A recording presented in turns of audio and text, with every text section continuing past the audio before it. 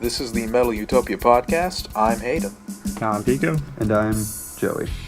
Alright, so this week we picked out 4 of our top 10 tracks of the week to bring to you guys, give you our thoughts on it. Starting off, we have the newest track from the band Bleeding Through. Alright, so Bleeding Through, I don't really have a history with them, but after I heard this song, I realized I recognized their name from somewhere.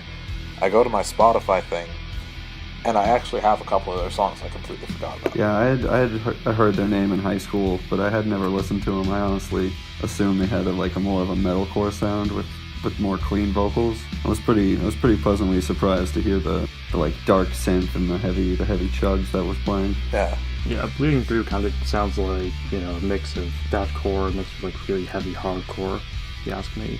Yeah,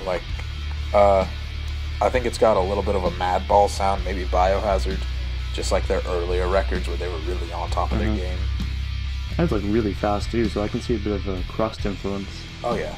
Particularly in the riffs, it's almost a black metal tune on occasion, which is always a good thing. Yeah. A little slower, but yeah, I could see that. More chuggy, less treble, but essentially. Yeah, the chugs for sure. I think the song itself is really good.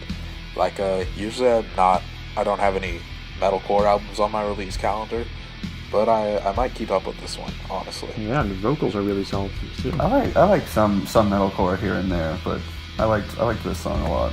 I think the last metalcore band I really got into was All That Remains, but that was before their latest album dropped. We don't talk about the new All That Remains album. No, I haven't listened to them since 2009. Yeah, that's old school. Now, anyways, going back to the actual song we're supposed to review, the Bleeding Through tune. Yeah. I really like the synth part it has over it. It almost has old Cradle of Filth, Karak on Grand vibe, if you ask me. Yeah. I like the weight behind the guitar. I'm used to modern day metalcore, where it's just this is cool. It's not really showing me anything. Well, this is really in your face. It doesn't have that the good song whiny thing. It's like a breath of fresh air. It's like what metalcore has needed for a while. Yeah, it just kind of shrouds over the entire song. Although I wouldn't call this metalcore band by any means, because vocals aren't sung. There's no shredding. There's nothing to really distinguish this between metalcore and just metalcore. It doesn't sound like metalcore. It sounds like deathcore. Yeah, that's what I was worried about going into this song. That's what I was expecting, but I wouldn't call it that. Yeah. The only reason we're even calling it metalcore is because that's what it's listed as, metalcore. Oh no, I'm looking through the Encyclopedia Metallum right now. It says they're metalcore. It's really broad in general, just the name metalcore. That's very misleading too. Yeah. They've got an early Chimera sound. Yeah. Yeah, I don't listen to much Chimera, but from what I listen to, it sounds a bit similar. That's a dangerous tag for that band. The vocals almost sound like Behemoth range on occasion. Of course, the song structures are totally different. But agreed. But yeah, the vocals were heavy. Overall, I would say this song's pretty good. Probably gonna save it, put it on some sort of workout playlist. Yeah, same here. Even if I don't work out. Yeah, I've listened to it a couple times already. I like it. It's short and sweet. Yeah, it's almost like grindcore on the longer side, but still grindcore played at half speed. So, if we're good talking about Bleeding Through, I want to move on to our next track, which I would say is the elephant in the room here. Gruesome. Oh yeah. A waste of life. Not the band, the song. Yeah, I liked this song in all honesty, and the vocals are simple, but they get their point across. But I thought it was really cool and everything. But I know they're fully taking on the whole we're death and we're trying to keep death going. But it's kind of weird to me. Yeah. I'm not sure exactly how I feel about it, in all honesty. Especially because they asserted themselves as a tribute to the legacy of death, back when they first started. Yeah, even their description of this album, it sounds like it's from spiritual healing, and on the description it says, taking in the footsteps of spiritual healing, they have started increasing like their lyric, like the meanings behind their lyrics and all this. It's just it's a little weird that it's so on the nose. Yeah, even the art style is the same. It's almost creepy. Yeah, it's like if Spiritual Healing had zombies on it. Yeah, it's like if someone took Spiritual Healing and smashed it into Scream Bloody Gore. That is this album cover. Yeah, that's a good comparison. I think one of the interesting things to note though is that, yeah, they're kind of like a death tribute band, but of all like the death tribute bands I've heard, I think these guys nailed the sound most accurately. Oh, for sure. I enjoy the song. Oh yeah, that's because they're not like we are death. They're like we're taking up death, but we're also gruesome. Yeah, I think they're trying to be like a continuation kind of thing. Like you listen to this, and I was honestly expecting like or a parallel universe. Yeah, I was expecting Chuck style vocals, like the screeching, like the high pitch. I'm glad they don't do that. Yeah. Like that would be a little too much. They bring in their own vocals, which I actually really like. And their guitar tone is significantly different. The riffs are very similar, but the tone itself is much chunkier, much more modern death metal inspired. The guitar solo was awesome. Yeah, I love the opening riff. It sounded something like right off of Spiritual Healing. Spiritual Healing, even Symbolic, I would make a better comparison, I think. Yeah. Actually, let me check. Here we go. The Sound of Perseverance. It sounds their best album, in my opinion. Well, me too. It sounds like the opening from not Voice of the Soul, but I think Flesh and the Power It Holds, where it's like ding, ding, ding, ding. Where it's like that. Yeah, that's true. Yeah, and that climbing part sounds just like that's Symbolic. You know, the bridge riff. Yeah. So I think they kind of just are making a mosh pit of everything that that Chuck wrote for all the guitar riffs and just going on to one album. It's hard talking about the song and not comparing it to that's the thing. But that's kind of why they're embracing it, I think. Because if they didn't, it would be really hard to like them. Yeah. I really want to know. Like, no, we're not inspired by death. Yeah. I want to know what they would be like. Who's Chuck who? Even their logo looks similar to the Death logo. Chuck Berry? You mean Chuck Billy of Testament? I really enjoyed it. Yeah, it just as a tribute band to Death, this is a solid tune. Easily like 7 out of 10, 8 out of 10. It has to be the best Death tribute easily. band. Agreed. But I feel like as a standalone band, if they didn't acknowledge the influence of Death, they would be much lower. Yeah. I guess for you guys. For me, I don't really care if it sounds like Death or not. I mean, good death metal is good death metal to me. Yeah. So it'd be a 6 out of 10 for me. I see what you're saying. If they didn't acknowledge that they were heavily inspired. Honestly, this is what I've been wanting in death metal for a while. Like, I like the old sounding death metal, like Obituary, Cannibal Corpse, Death, obviously. Good old school death metal. Yeah, I love some old school death metal. You have yet to find a Deicide tribute band. Yeah. And these guys are they're actually from Florida. Part of the band is from Florida, just like all the great death metal bands from the 80s and 90s. Yep, that's the spawning ground. Not all of them, but most of them, yeah. Oh, not all of them, but a lot of the American ones. That's a lot of them. That's where the birthplace of old school death metal is considered, pretty much. Yeah. Yeah, I suppose so. Tampa Bay specifically, I think, right? I don't know. I believe so. Although I know the Bay Area death metal scene much more than I know the Florida scene. Yeah, I'm gonna default to you guys on that one. I don't know. I used to be really into metal history. I still am kind of into metal history. Oh yeah. So Gruesome. I really dig it. Looking forward to the album. Pretty gruesome track right there. Oh yeah. I think. Yeah, their next album will be cool. Yeah. Totally. Sure. Yeah, I'll definitely check it out. Yeah.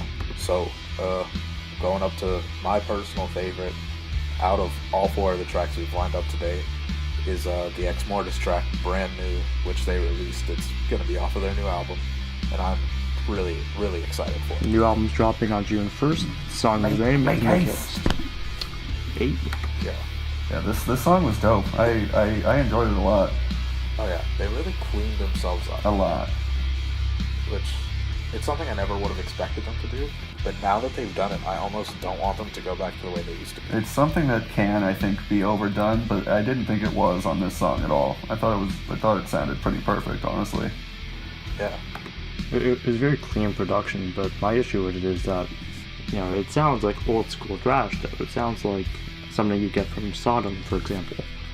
Yeah, it sounded like blackened thrash to me. Yeah, but their vocals, they're most clean vocals from what I remember. From what I know, the band describes himself as technical melodic thrash, and that's also what Encyclopedia Metallum has in the house. Yeah, but I feel like the production's just a bit too clean for the kind of thrash that they play. Not necessarily a huge detriment, but it's something that kind of irks me and will definitely annoy me for future listen. That makes sense. I can see that criticism for sure. I mean, I understand where you're coming from.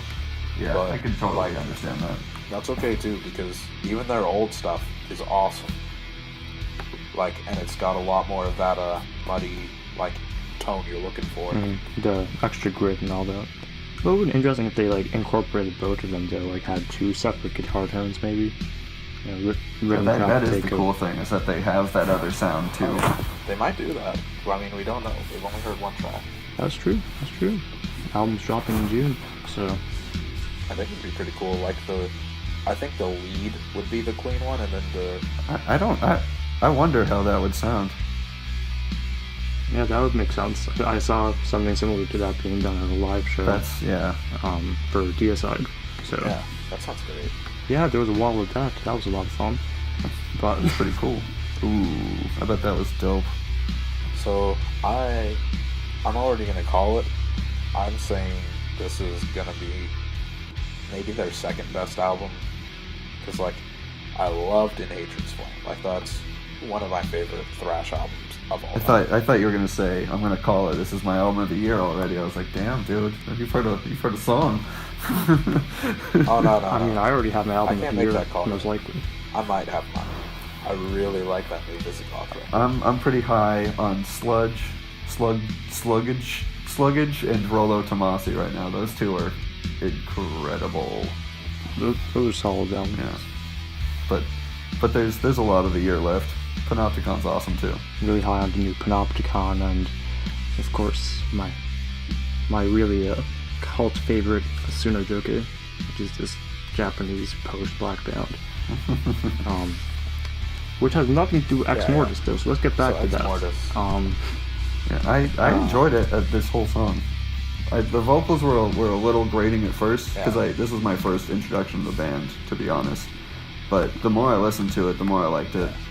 They have a really solid discography, except for Beyond the Fall of Time, which honestly, listening to it on its own isn't that bad. Just in comparison. For albums of theirs, it's boring. Yeah, that makes sense. Sounds like an Immortal album, and that makes me really happy, so I'm probably gonna like it. I would say it's a lot more black metal inspired than some of their other stuff. But yeah, from the artwork and stuff, I was expecting it to be more power metal-y. It definitely wasn't. The lyrics kind of were. A couple of times it dips. But that's about it. Yeah. I'm hoping we get another really good cover on this album. Power metal, guys. Because they don't do covers often, from what I've heard. But I really love their cover of Moonlight Sonata. I don't know if you guys have heard it, but it's so good. I have not. I like that song, though. Like the Beethoven song, Moonlight Sonata. Yeah, I was gonna say it would. I think it would have to be. Yeah, I mean, if it's instrumental cover, it's really good. Yeah. I mean, these guys clearly have the technical ability to pull off, any number of fantastic covers. It's just, I'm worried about if the vocalist decides to pop in and do some random shit. Yeah. Because I'm personally not a huge fan of the vocals. Scatting. It's kind of, I think their vocalist is also their rhythm guitarist, but I'm not sure. I know he hangs back sometimes. I didn't dislike the vocals, but I mean, it's not my favorite, but I didn't dislike it. It didn't make me cringe or anything. Oh yeah, both of their guitarists do vocals. Yeah. No, not cringy kind of vocals, but they're the kind of vocals you typically find in thrash, and already. Yeah. Okay. I see what you're saying. Exactly. I would have been just fine if it was an instrumental track. if I had to compare their vocals to different artists' vocals, I'd probably say Toxic Holocaust, just like a little less edge than Toxic Holocaust. Yeah, I mean, even I can compare him to one of my local Jersey bands, these guys called Midnight Hellion. The vocalist isn't entirely necessary, but he's not terrible, and he definitely fits the band. Yeah. Like, Exmortus' vocalist works, it's just not very unique, you know? Agreed. Usually their vocals take a different style, so maybe this is like a new chapter for Exmortus, because usually they follow the same sort of philosophy with vocals as Skeleton Witch used to, where like the vocals were treated like another instrument that would just fade in and out sometimes. Okay, I guess. I would appreciate that a lot more. Yeah. Could just be like a more experimental track. Yeah. Yeah, it's definitely a solid single to put out, you know, for the early release. I enjoyed it, yeah. Because I can remember times when I would just be listening to them, I wouldn't even realize the vocals were going, because the guitar is always the one on show. Yeah, the leads were awesome. No, I think that's enough about Fair enough. Exmortus. Yeah, that's enough. On to the hardest track to pronounce, Glorior Belli's Deserters of Eden. And their album just dropped today. I don't know. I don't know if we're saying that right or wrong. I keep calling it Gloria or Belli. I like that one. You say Gloria. That sounds fancier, and they're French, so. Let's go with Belli. Belli. But yeah, I really dug this track. It had the ambient intro, and then when it hit that like slamming riff, like a minute or so into it, I love it. I've never heard this band before. I've never heard of them. Yeah, neither had I. But off of this track, I liked this whole album, in all honesty. Had some like sludgy elements. I like it. Yeah, it's a very solid track. Definitely the most black metal thing we got for this week. Yeah, the vocals are pure black metal. Mm-hmm. Although, I mean, they're kind of a growly kind of black metal, definitely a deeper tone than what you usually do. less shrieky, but yeah, I see what you're saying. But it still sounds like black metal. Definitely. Sounds right. And it's more in your face too, which is an interesting take on it. I can appreciate that. Yeah. I also really enjoy the album art. The album art, I don't know why, but it really reminds me of some of Vader's albums. Just the art. I can actually give you some insight on that. I reviewed that album this week, and one of the things about the Apostates, that's like someone who still follows religion, but in a different way. And they were like Martin Luther kind of thing. Like he still believed in God, but didn't like the way the church was going. So it's that kind of thing, and that's why they're like, the thesis. Theses? Is it letters? Whatever. Either way. That's why they're like flipping off the angels and stuff, and moving on from like the church and on the artwork on there. Hey. That's pretty good. Fun fact. Yeah, I dig it. I mean, overall, like, it's probably the most experimental track we've heard, you know, for these four. Particularly because it's the only one that messes with two completely separate guitar tones. It has that, you know, main black metal tremolo pick kind of riff tone, and then the solo is like almost a bluesy, overdriven sound, which I think is a very nice contrast, but it's even better because it fits right in. It's not as if it's awkward or really out of place. It's not just shoved in today. Agreed. It feels like a natural addition, which is nice. Overall, I really like this track. This one and the Bleeding Goo song are probably my favorites for this week. Yeah, I liked all four of them. I don't think we had a bad one this week, luckily. No Camelot. That's a relief. Oh no. We avoided the Under Oath record for a reason. Yeah. There was an Under Oath record. Yeah, it came out today, and don't worry about it. I'm gonna listen to that record right after we finish the podcast. Actually, to be fair, I like the song On My Teeth, but that came out like 3 months ago, so. I haven't heard it. I haven't heard anything about them, honestly. I avoided them in high school, and Anyway, Gloria Belli. Yeah. Gloria Belli. Belli. Yeah. You guys say it better. Yeah. I really like this song. Probably gonna check out more of their stuff. And I highly recommend the whole album. yeah, bringing up just shoving in their not shoving in solo. This might just be me, but from one of the talk, is it talk or take, like Taak, talk? One of the talk songs I heard, I don't know if he does this often, but there's a really weird out of place banjo solo. Was it off the new album? I feel like it's off the new album.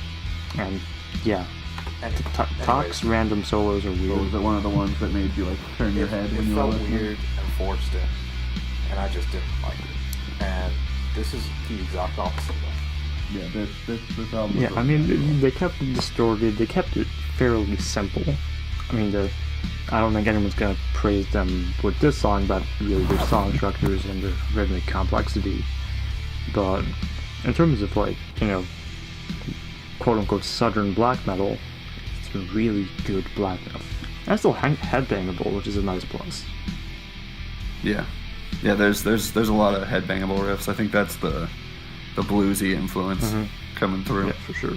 Other than that, I think we're done for the main top tracks of the week, right, guys? Yeah, kick ass. We did it. I would say we covered all those pretty well. Definitely got some good black metal takeaway. Some more thrash, actually metalcore, deathcore, good metalcore. I'm still gonna say it's deathcore. No. I'm not willing to call them metalcore. Their first album. I like some metalcore. No, not a shot on metalcore, but I don't think they are that. Going back to Bleeding Through, just real quick. I have a couple songs from their first album, Love Lost and A Hail of Gunfire. I know, really edgy sounding. That is definitely some metalcore right there. It is really good metalcore. If there are growls on that album and you're calling it metalcore, I'm gonna kick you off the team.